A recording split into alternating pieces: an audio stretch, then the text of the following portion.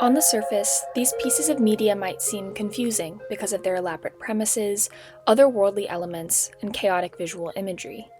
You might expect them to feel removed from reality or alienate the audience, but it's actually because of these layers of artistic devices that the audience is brought closer to the heart of the narrative. Artistic exaggeration and distortion are often associated with fabrication and fantasy, concepts framed in opposition to realism and perceived objectivity. But this manipulation of visuals, time, and reality achieves a level of nuance that total realism can't always render. The fantastical, defined as strange or over-imaginative in appearance and conception, has the unique ability to show the inside. In other words, it describes events from the inside of a character's perspective, instead of taking on the role of passive viewer. Breaching the barrier between inside and outside means externalizing the inner workings of a character's psyche, like the invisible processes of grief, shock, and memory. The media objects I selected for my project are wildly different. In the American TV show Russian Doll, Nadia enters a mysterious Groundhog Day-style death loop on her birthday. In the US film Everything Everywhere All at Once, Evelyn, a laundromat owner dealing with an IRS audit, looming divorce, and crumbling relationship with her daughter, suddenly discovers the multiverse. In the Spanish film Pan's Labyrinth, 11-year-old Ophelia enters a dark, fantasy world in fascist Spain during the final years of World War II. What unifies these narratives is that their female protagonists contend with trauma by way of magical realism, a genre that depicts the real world as having an undercurrent of magic or fantasy. My project explores the intersection between trauma, female experience, and magical realism. More specifically, I examine how these media objects take on a feminist approach by validating memory that deviates from Western definitions of truth, challenging the notion of woman as vessel, and subverting tropes of hysteria and witchcraft.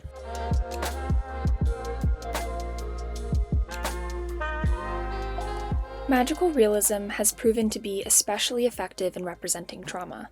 Media studies professor and trauma scholar Janet Walker explains it is precisely the quality of exaggeration in fantastical and disjointed narratives that gives the memory its historical resonance. Magical realism mirrors the brain's physical reactions to trauma. It can loop time in the same way repetition compulsion, or the tendency to unconsciously repeat traumatic events, loops behavior patterns. It can fracture time like flashbacks disrupt ordered memory, and even dispose of time altogether in the same way traumatic memory operates outside of chronological processing. As trauma experts van der Kolk and van der Hart explain, the traumatic experience is, in a sense, timeless. It is not transformed into a story placed in time with a beginning, a middle, and an end. The fantastic is also extraordinarily capable of representing traumatic recollections through color and visuals, echoing the brain's exaggeration of events to express a heightened emotional state. Saturated color, theatrical imagery, and visual distortion all aid in achieving the intensity of traumatic recollections. This kind of visual treatment can look like a hallucination or a dream, two types of visions that only exist to the person experiencing them. These visuals often draw from motifs of surrealism and expressionism, both art movements known for capturing emotional intensity and showing the inside of lived experience.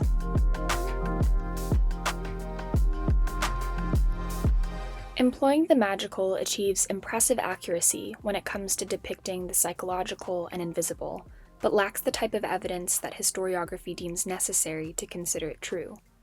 As Walker explains, this is the traumatic paradox, or the defiant fact that external trauma itself can produce the very modifications in remembered detail that cultural conventions invalidate in determinations of truth. These media objects challenge the cultural conventions that Walker is describing. In other words, they spend less time trying to prove their experiences are real and true, and more time exploring the experiences themselves. You think you were hit by a car while you were chasing your cat, and now you're reliving your birthday? No, I don't think. I'm telling you it actually happened. Okay, well, let's say that you were actually hit by a car. Again, not hypothetical, just a fact. This is one reason the fantastical is such an apt mode to depict female experience, because of the historical invalidation of female memory. These fantastical traumatic retellings operate without the historical systems that would deem them untrue, calling the authority of those power structures into question. Chronological time itself is called into question. Historically, clock time has been used as an efficient means of cultural and economic domination, so atemporal narratives, or ones that exist outside of normal time, act as a form of resistance against oppressive power structures. For example, in Pan's Labyrinth, the sadistic, fascist Captain Vidal obsesses over keeping time and uses it to assert dominance. Ophelia, however, is always losing track of time. Her story even begins with a flout of chronological time, with her death playing in reverse at the start of the film.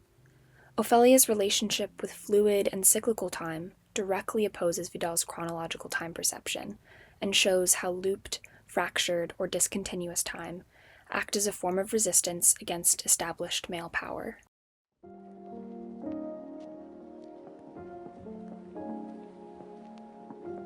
When it comes to trauma, there's a history of women acting as vessels, burying truths and containing trauma within their minds and bodies.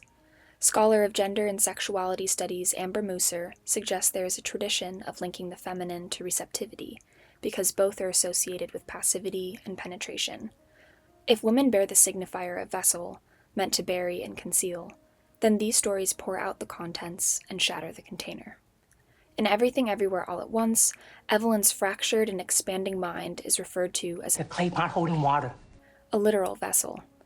Russian Doll is named after Matryoshka dolls, or hollow nesting dolls that represent female lineage and reflect Nadia's role as a vessel for generational trauma. In Pan's Labyrinth, Ophelia acts as a human vessel for the supernatural world. All of these characters then reject containment. Ophelia refuses to do the bidding of the faun, Nadia investigates her role as a vessel for generational trauma, and Evelyn shatters the clay pot and becomes infinite. Scholar of transnational feminist thought Brenda Mehta notes that the female body is considered dangerous when it is capable of autonomous action. In their uncontainment, these characters are indeed powerful forces who pose a threat to the systems that seek to contain them. All of these women navigate their mysterious worlds with incredible skill, self-possession, and, like Mehta writes, a complete mastery of their bodies and a sense of inner authority and creative energy.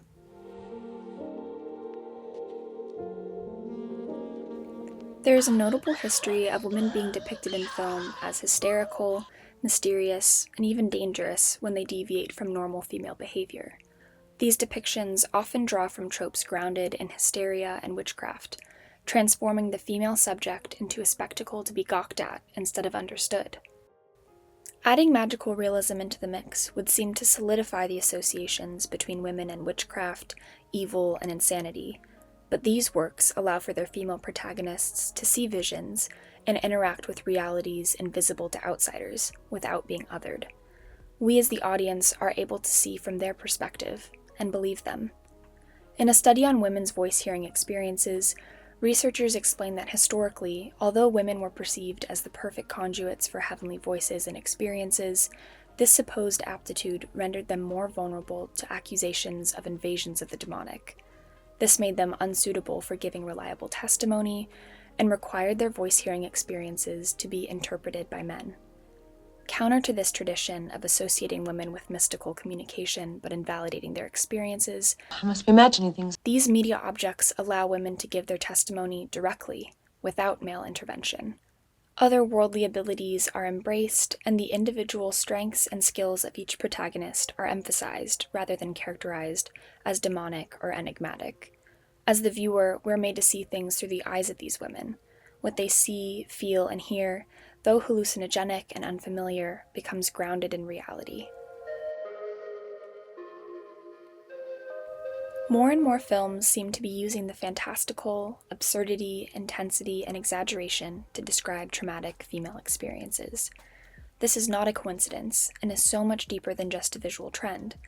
It's an ongoing response to invalidations of experience, buried truths, and representations that rely on stereotypes. Especially now, with attacks on reproductive and bodily rights, this thematic and visual style is a rejection of control. It refuses containment and digestibility, and offers a powerful vision for emotional and stylistic complexity in the future of film.